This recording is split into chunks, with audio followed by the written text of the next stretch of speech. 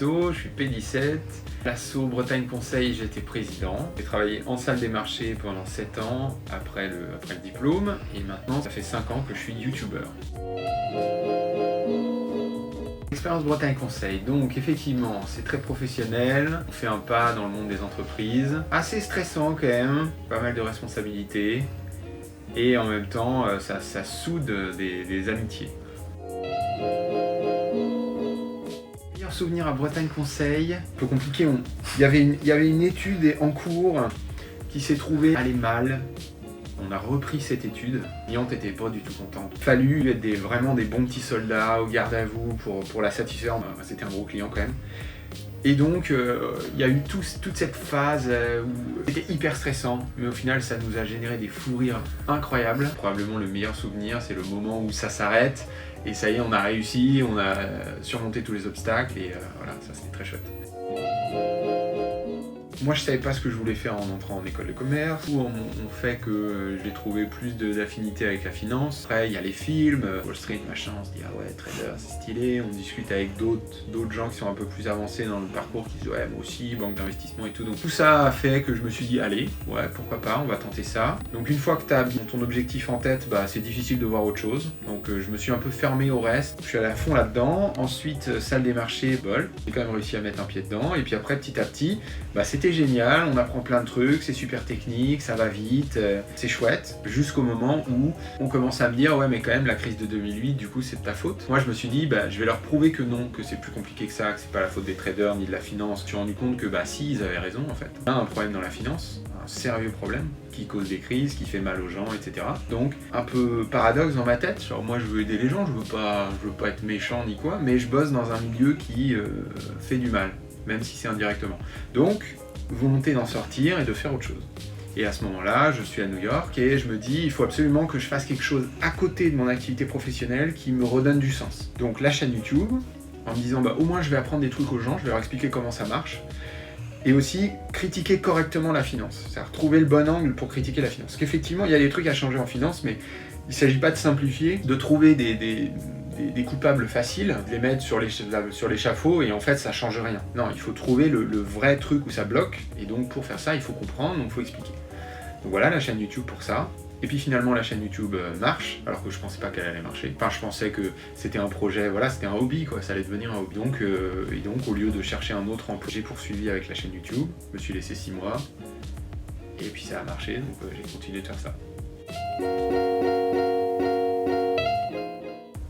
Oui, on peut faire de la finance éthique, c'est pas très compliqué, c'est de placer l'éthique devant l'objectif de rentabilité et de profit. Profit, c'est un moyen, ce n'est pas une fin. La fin, c'est l'objectif éthique qu'on s'est défini. Et donc, la contrainte, c'est qu'il faut réussir à atteindre cet objectif d'éthique en faisant des bénéfices, parce que si on ne fait pas de bénéfices, on finit par faire faillite. Donc c'est ça, la finance éthique.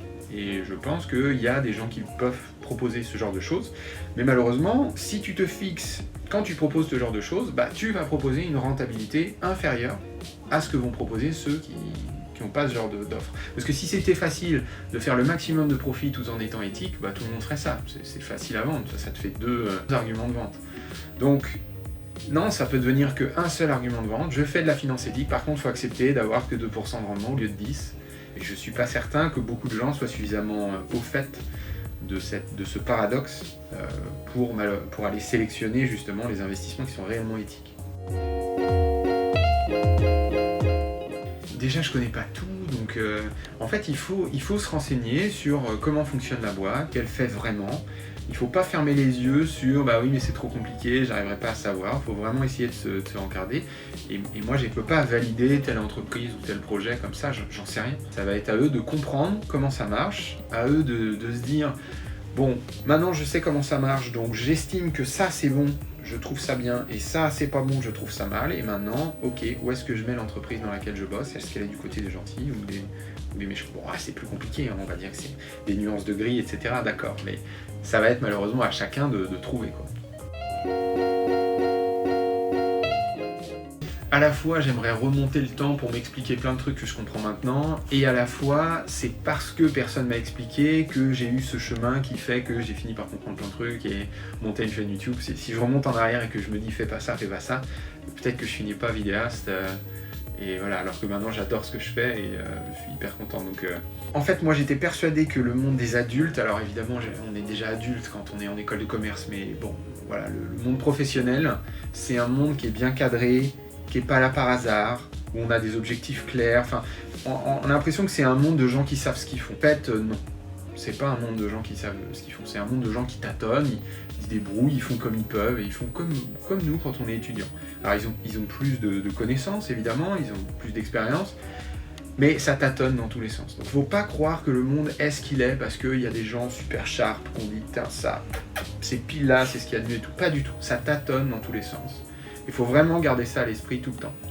Quand on n'est pas d'accord avec quelque chose, souvent le réflexe c'est de se dire « Ah mais c'est moi qui dois mal comprendre parce que les mecs sont super experts et tout ». Peut-être, mais il faut bien garder à l'esprit aussi que tout le monde tâtonne, donc c'est tout à fait possible de remarquer un truc qui va pas alors qu'on est jeune et d'avoir raison. Profiter, il y a 3 ans super en école de commerce pour se faire pour apprendre des trucs, mais surtout pour se faire des amis, pour lier des contacts. Ça va rester longtemps, donc il faut en profiter, ouais, c'est chouette.